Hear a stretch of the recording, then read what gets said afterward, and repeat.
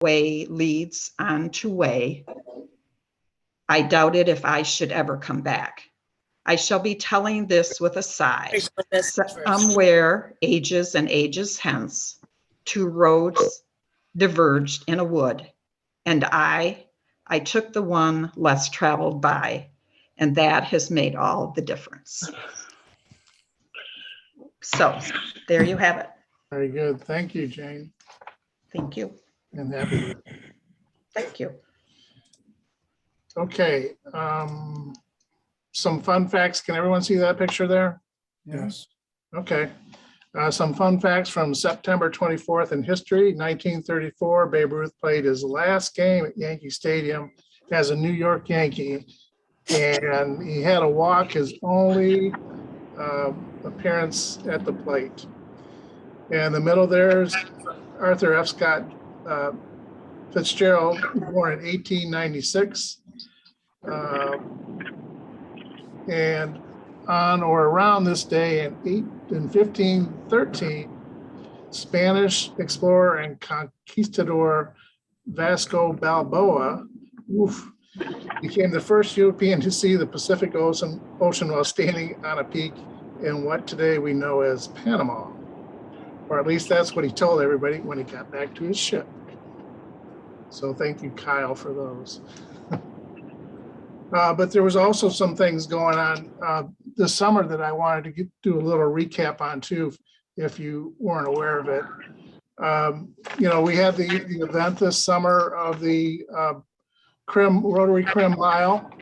And here we have a picture of our district governor-elect, Mike Chafee, who happened to reach into his closet and pull out a few things to wear for the event. So if you're in need of anything, if you want to go out and get dressed up, Mike has got a few things he might be able to let you borrow.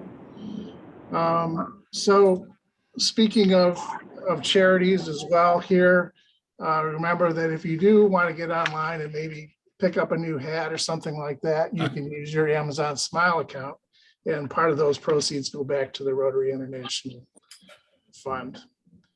And also, speaking of charitable events, does anyone know who that is rappelling down the side of the wall at the Durant Hotel in Flint around the time of the auto show? I have no idea, but he looks spectacular. He looks fantastic. I was pretty impressed. That's our own Dale Wayhill scaling down the building. He made it all the way down without falling, so I was pretty impressed with that. The only time I almost fell is after I got all the way to the bottom and I stepped off the curb. I'm not kidding. I didn't shake till I got to the bottom and I almost stepped off the curb, thanks to Joel Fike. Yeah. So I was in the Corvette area at the time, and they announced your name. I said, well, I got to stop and watch this. So I got a few good shots. What? How did that ever come about, Dale? Well, I mentioned Joel Fike because this was a fundraiser for the Disability Network, and they call it Over the Edge. This is probably the third or fourth year, and they recruit local folks to help raise some money. But part of raising that money is your willingness to descend from the top of the Durant. I think they raised something like $30,000 or more between all of us for the Disability Network. But isn't that dangerous? Like I said, I wasn't scared at all till I got to the bottom, and yeah, right. It was actually more enjoyable than I expected. So, Nick Leslie's wife, Jenny, did it as well. They probably take out a big insurance policy. Maybe they'd be better off collecting insurance. You never know. If you can buy one. Well, I was standing next to Luke Zelli at the top, and I said, I hope your liability policy is paid up. And, another event that kind of rounded off the summer was a dedication at one of the buildings at Mott College to former Rotarian Lenore Crowdy. The Family Life Center was dedicated, and they had an event where several Rotarians, Marie Zuck was there and spoke on behalf of Rotarians, and it was a nice event. Mott College has been on this COVID protocol for quite a while. They they have some social distancing restrictions and mask wearing and all those sort of things. But I think at this event, they took it just a little too far. They wouldn't even unmask the portrait all the way just to make sure that the portrait wasn't exposed to any of the COVID. Good one, George. People. So thank you very much. All right. Any announcements? Stop it. What's that? Any announcements? Anybody? No? Anything for the good and welfare of the club?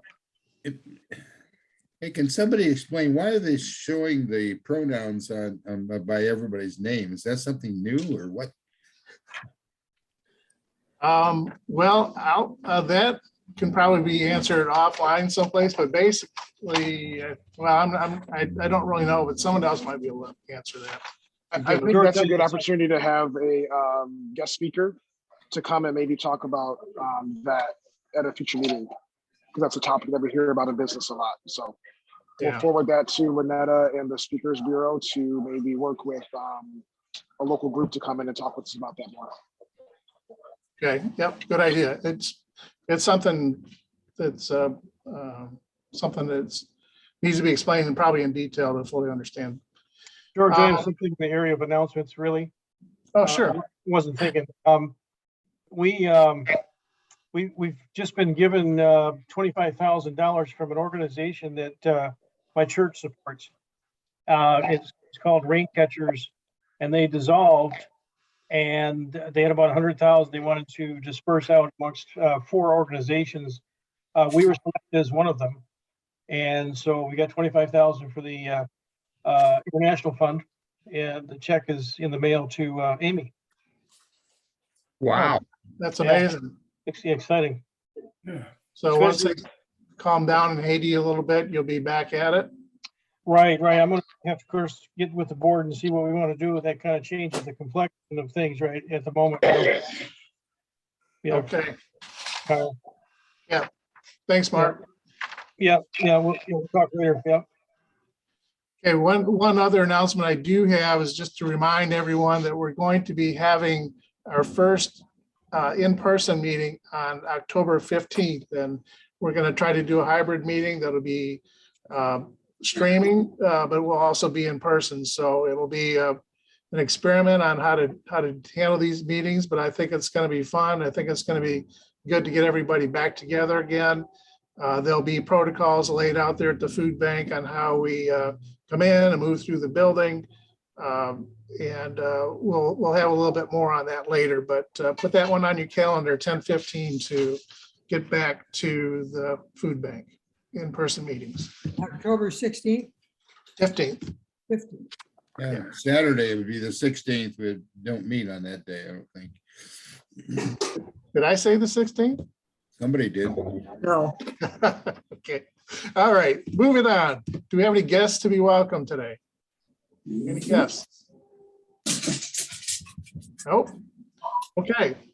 So with that, let's get started with our program, and I'm going to turn it over to Mia McNeil to introduce our guest speaker, who's been patiently waiting for us, and she will give her presentation. I have her presentation. I'll be flipping through the slides, so if you want me to advance, just let me know. But Mia, you want to take it away?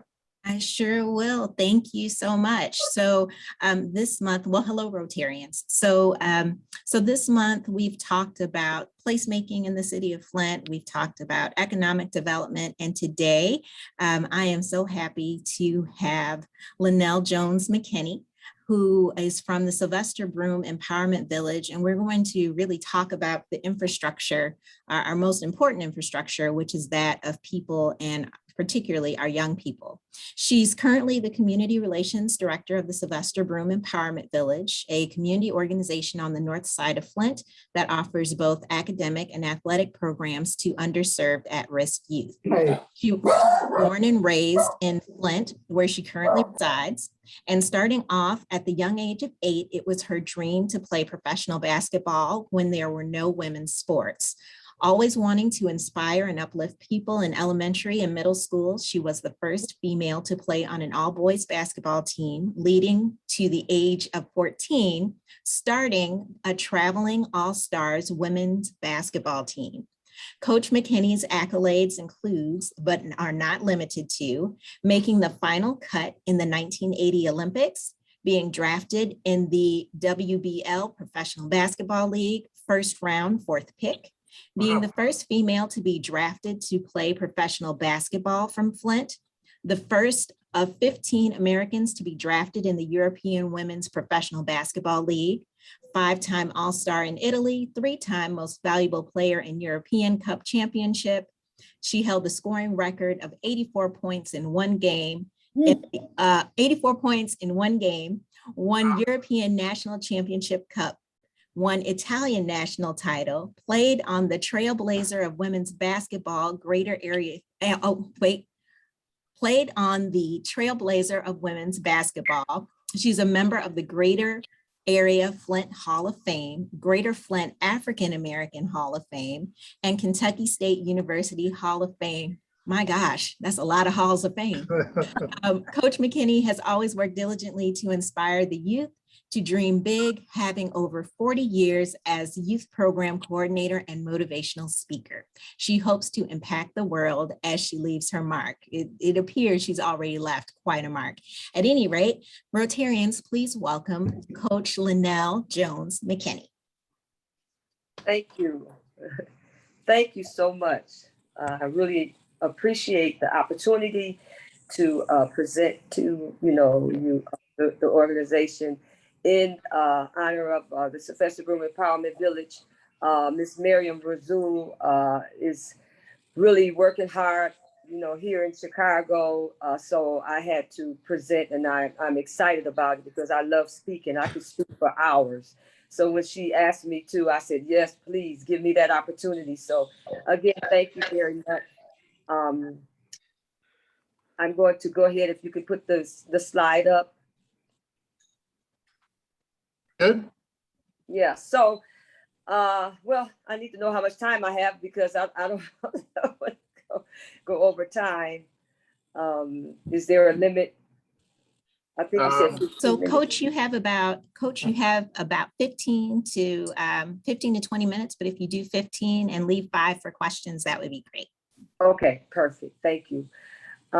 So Sylvester Broom Empowerment Village, Dr. Shaw, when he first purchased the building, it was for the purpose of distributing water during the water crisis. And then they also had a clinic there for testing for families. Then Ms. Miriam Razul became executive director. They turned it over into a youth hub. And me, after I came back from overseas and I came back to Flint and I started a number of programs, but I felt like it was time for me to expand to be able to serve the whole community as opposed to small, numbers in which I would, work with young people at Kettler University, Baker College, University of Michigan. And then I had my own organization, Motivated to Dream Big, New Direction, and School of Champions. So I wanted to partner with the organization, and I was introduced to Miss Miriam, Sylvester Broom Empowerment Village. And when I went there to talk with her, the building was, still needed some renovations and what have you, but she was so excited to be there. And I came with her with a dream. And I told her, I said, here's my dream. I wasn't looking for a job. I just wanted to be able to impact the community, at a greater capacity. And when I told her, I said, here's my dream. This is what I would like to see happen. And she said, wow, let's go for it. And that's about 4.5 years ago. And what we started to do after that, what we did was we started a summer camp. We had our summer camp.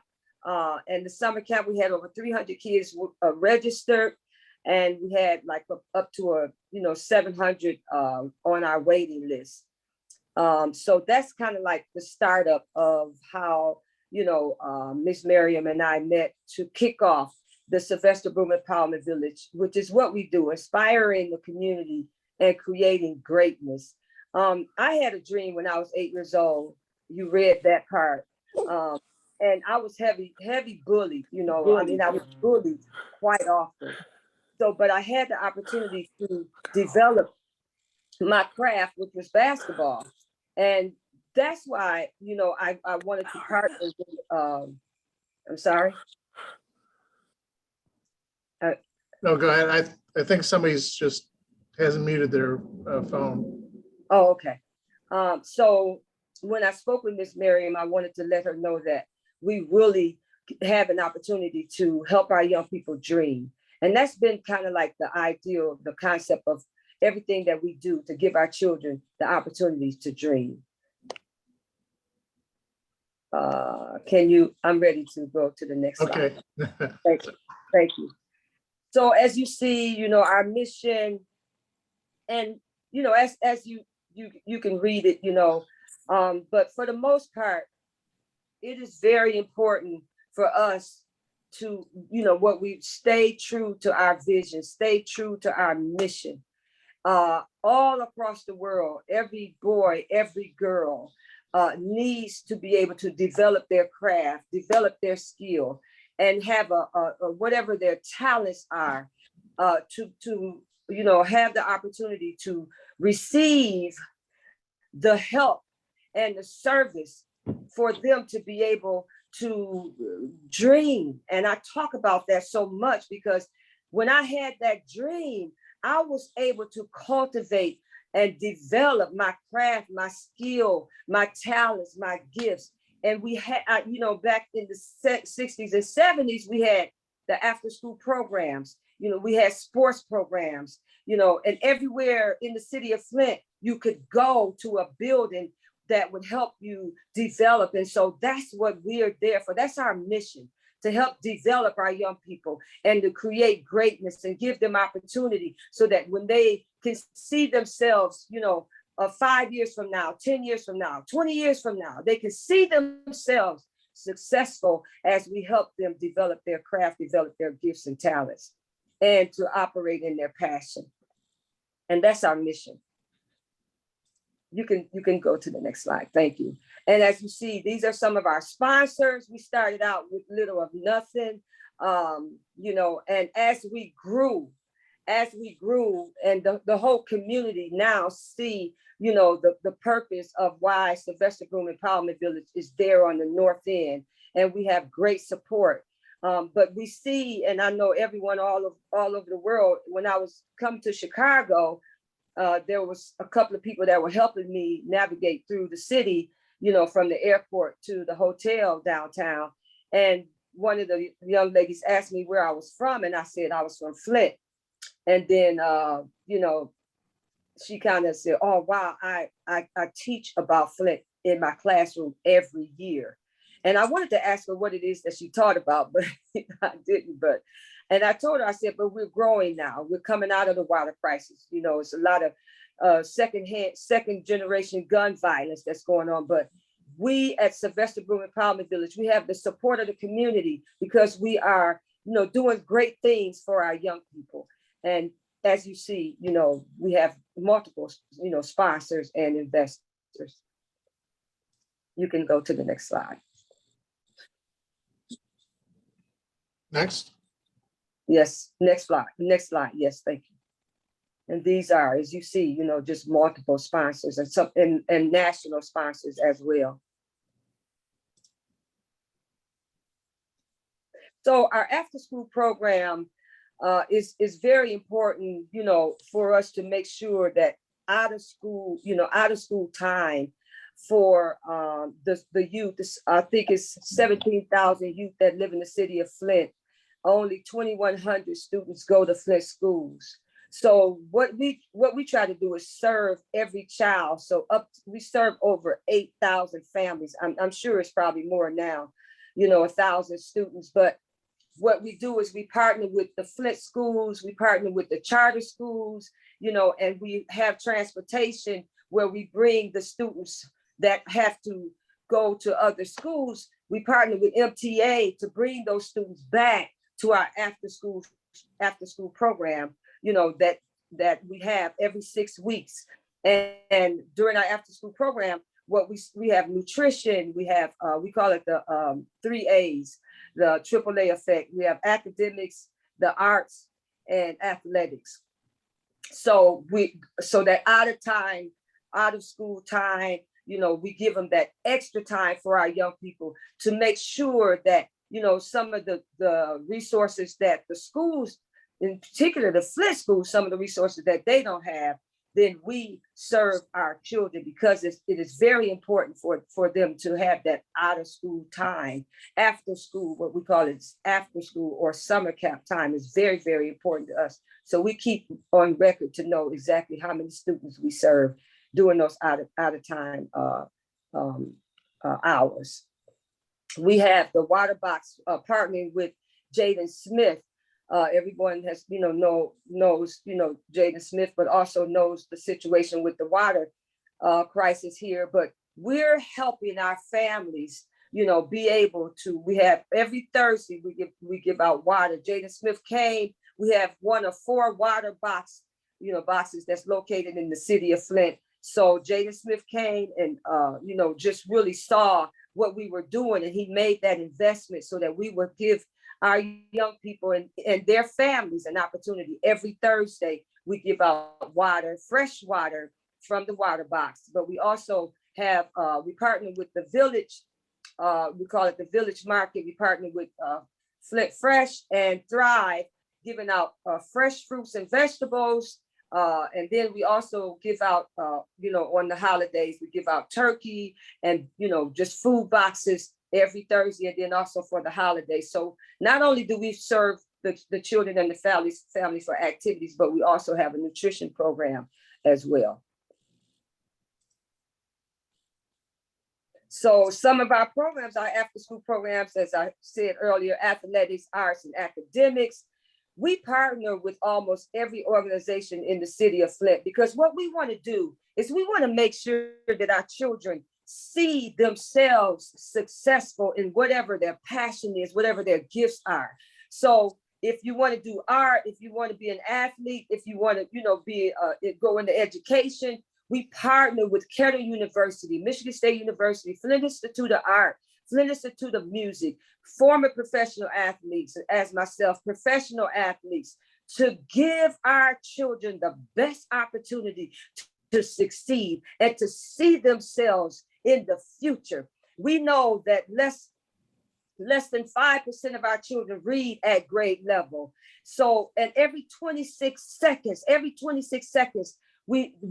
middle school student is dropping out of school. So what we're trying to do is make sure that every last one of our children can see themselves successful. And so we bring in front of them people who have already mastered, their craft, or whatever it is, like robotics with catering and engineering. So we try to bring before these young people the best of the best, to let them know that not only can you be great in life, but here's some mentors that will walk you through that path and let you see your vision and your dream, and that to help it become a reality. You can go to the next slide. Thank you. These are some of our sports programs that we offer. And we're growing in leaps and bounds, because we know that at this time in the city of Flint, most of our students don't have the opportunity to develop in athletics. But not only in athletics, but we have character counts that goes along with, to teach them the importance of character, building character, and also to make sure that if you need tutoring, we want to make sure that you get the tutoring that you need, and potentially become an elite athlete. Whether it's whatever sport it is, we want them to have the opportunity. If that's what you want to do, let us help you become great at it. We have an esports program. Esports is now an Olympic sport. 3-on-3 is now an Olympic sport. So we want to give our children every opportunity to develop their craft in athletics as well. That's the health and nutrition program. I stated before, and that is the water box that was unveiled when Jaden Smith came here. It's only 4 water boxes that's in the city of Flint, and we have one of them. The village market, I talked earlier, every Thursday, where we have families that come in and, you know, are able to, we give out the food boxes, food boxes, fresh fruit and vegetables, but we also have served meals to our children. Whether it's the summer, we serve breakfast and lunch, and then in the during the after school program, we serve dinner.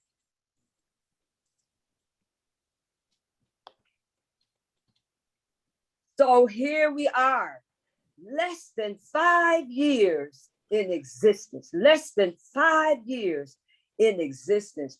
The Birds, I don't know if everybody has ever heard of Joe Bird, Chris Bird, Lori Bird. They are some legends in the city of Flint. And Chris Bird, you know, went to the Olympics, and his mom was his trainer and the dad was the coach. And in honor of the parents, Tracy Bird contacted me and said that they needed to, you know, have a place where they wanted to train young people, you know, not how to box, but just the fitness part of it. So me and Miss Miriam said, wow, you know, that would be awesome if you bring the ring here. And then they had, you know, we had a room for them with all of their pictures and their trophies, and they would come in and teach our kids fitness.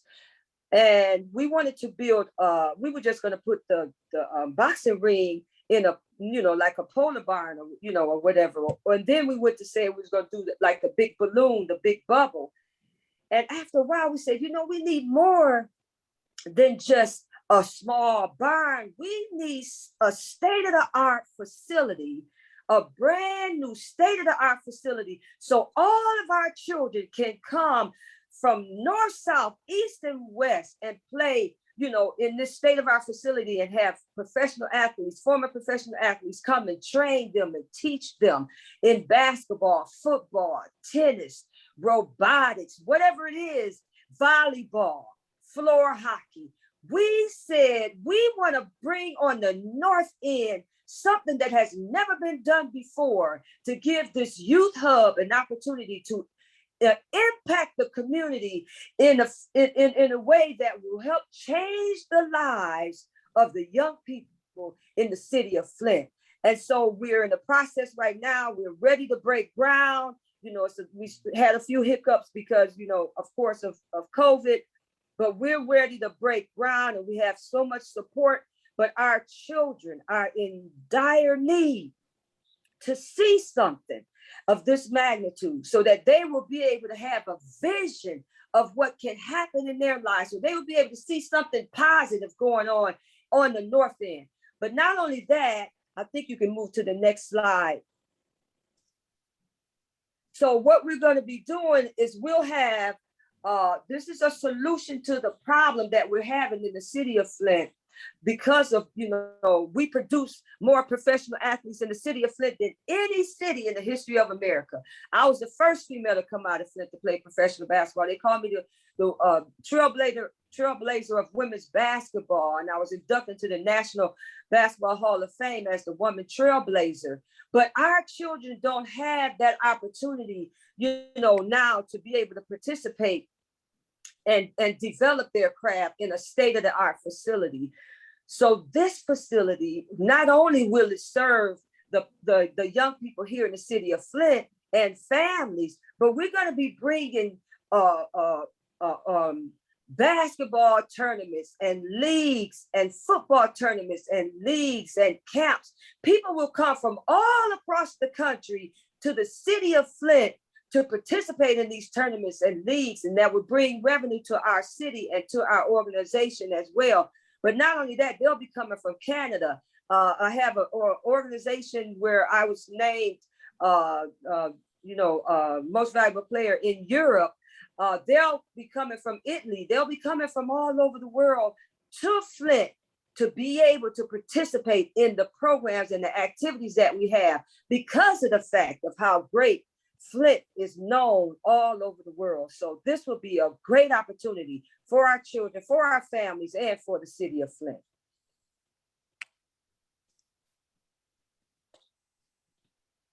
So this is our revenue model here. You'll see, as I spoke earlier, we'll have invitational tournaments, we'll have showcase tournaments, adult programs, residents coming from all over the country, all over the world. We'll have sponsorships, partnering with different various organizations. And over 5 years, this right here, you know, I would have to say that what we have done in less than 5 years, we have changed the way the young people that we work with see their lives and see Flint. And through sponsorships and donations, we know that we will be able to not just impact this community, but let all of the urban communities all across the country see how they can change their city as well.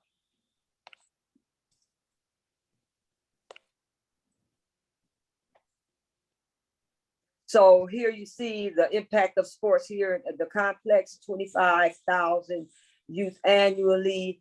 You know, the visitors that will come in, 2.3 million in new spending.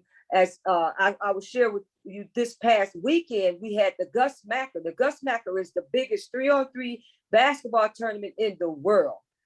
And thousands, we had it down at the flat lot. And we had thousands of spectators and players to play down at the flat lot this past weekend. And it brought in people from all over Ohio, Indiana, all different cities in Michigan.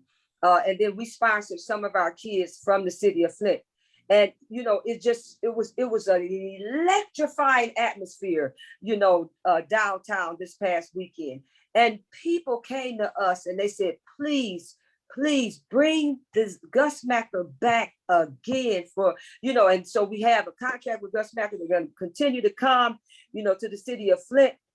But this is what we're doing at Sylvester Broome Empowerment Village.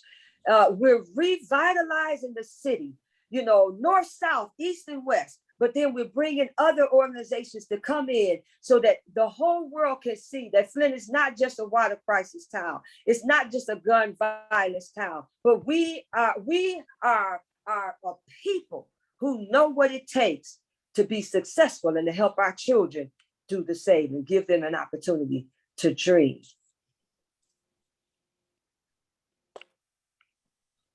So here we are, inspiring community and creating greatness. That's what we're all about, to give our children. Like I said, I had a dream and I traveled all over the world. And because I had that opportunity, they invested in us. And so that's why we're here. That's why I'm here. That's why Miss Miriam is here. That's why our team is here, to give our children an opportunity to dream, but not just dream big.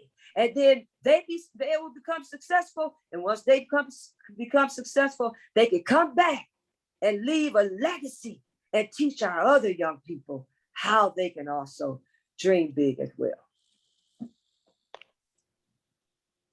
So together, let's build a village. Thank you so much. I'll take some questions. Well, that was amazing. Thank you very much. What an inspirational message and talk. Thank you very much. Do we have some questions? I'm sure we do. Yes, I do. That was an incredible how many children and young adults you're reaching and all the programs. I find one of the biggest challenges, and you did mention that you seem to have resolved it. How do you provide transportation for the young people to get to and from? Yes, that's a great question. The first year, that was a major problem because we had so many young kids, young people who really wanted to be a part of it. But because majority of the students attend county schools and charter schools, we partner with the charter schools and MTA so we have designated buses that will go to the schools and bring those students back to the north end, back to Sylvester Broome Empowerment Village. At this time, we have 3 buses that come, and bring the students to our center during the after school program. And do they then take them home as well? Or do the parents have to pick them up? How do they get home again? So most of the time, the parents don't have a problem with picking them up from the north end. It's the problem that they had was, during the morning hours when the parents have to take them to the charter schools and maybe they have to be at work, or during 2 or 3 o'clock, the parents can't pick them up, so that's the transportation, the bus transportation that the parent needs. But they don't have a problem with picking them up. Our program is over at 7 o'clock. So at 7 o'clock, most of the parents are already off work and they can pick them up from right there on the north end of Flint. Yes, that's a great question. Thank you. Yeah. Okay, anybody else? Hello. Put you all on mute, so you have to unmute yourselves. I have a question. Who's talking right now? You are. Me, okay, all right, thank you. I am so inspired. How at 8 years old, can you tell me a little bit about how did you know that you had this great athletic interest and ability, and your mind is to see forward like that? I mean, adults don't think like that. I mean, I was a child. Yeah. Can you tell us a little bit about it? Yes, actually, I was 6 years old. When I was 6 years old, I felt like there was something special about my life. I always say this, I don't want to offend anyone, but I believe and I know that it was God that was showing me that I had a special assignment on this earth. And at the age of 6 years old, I would go off to myself and just, I would go off to myself often and just sit and think about why am I on this earth? What's my purpose at the age of 6 years old? At the age of 8 years old is when I knew everything that I was going to be doing. I knew I was going to work with young people. I knew I was going to play professional basketball, even though they didn't have a girls sports program. So I played on the boys team. And I knew I was going to be a motivational speaker. And I knew I was going to build a youth sports complex. So those, and every last one of those things, I always held it true to in my belief system that I believed that that's what I was going to do. So I developed my craft in every opportunity that I had. I would organize a youth program at the age of middle school. When I was in middle school, I traveled around to different schools and had an all school assembly, and I would speak to the kids, talking to them about their dream. That's when I was in middle school.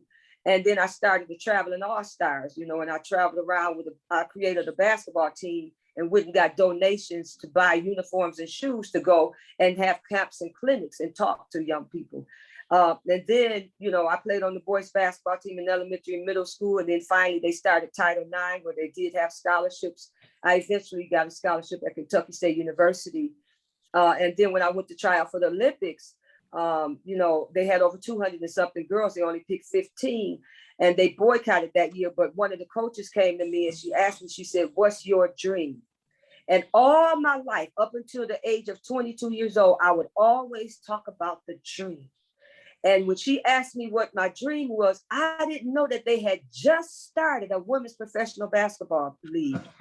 And I told her, I said, "I want to play professional basketball." And she made a phone call that following week. I got a call from a St. Louis streets and I went and tried out, and I became the first female to come out of Flint to play professional basketball. So it was a dream down on the inside of me that I knew. And that's why I always tell young people, whatever it is that you want to be, whatever it is that you want to become, whatever it is that you're passionate about, let us develop that. And when we develop that, the gang violence will stop, the drug abuse will stop, the gun of violence will stop, because now these young people will have a vision. They can see themselves tomorrow. They can see themselves 20 years from now. They can see themselves 50 years from now. And then they can say, when I leave this earth, what are they going to say about me? And that's the message that I teach young people, to give them hope and inspire them, because everyone that comes on the face of this earth has a dream. But that dream is not just for yourself. It's to help make this world a better place to live. Amen. Very good. Thank you. Yes. Any other questions? No? Well, that's a good one to end on, a very passionate and inspirational message to us all. So thanks again. We appreciate you joining us today. Let me go back to my presentation.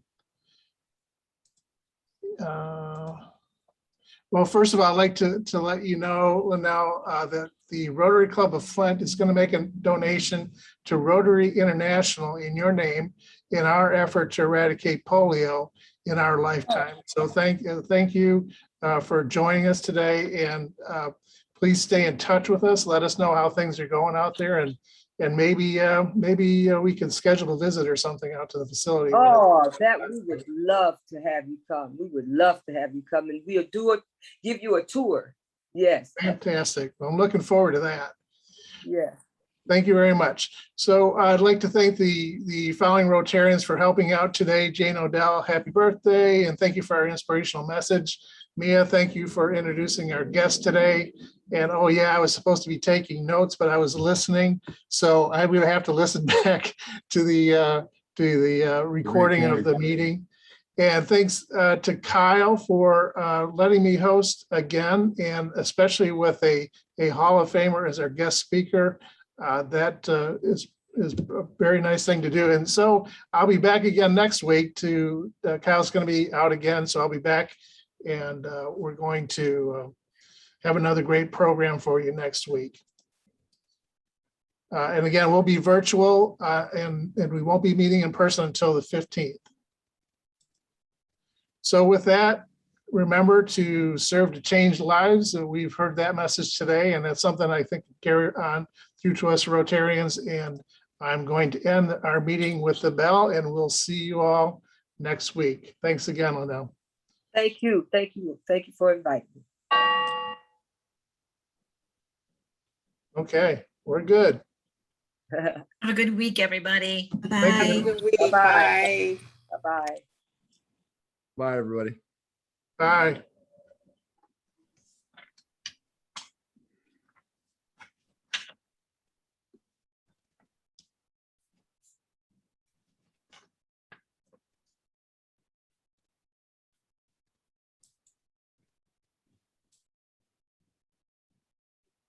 Now say bye.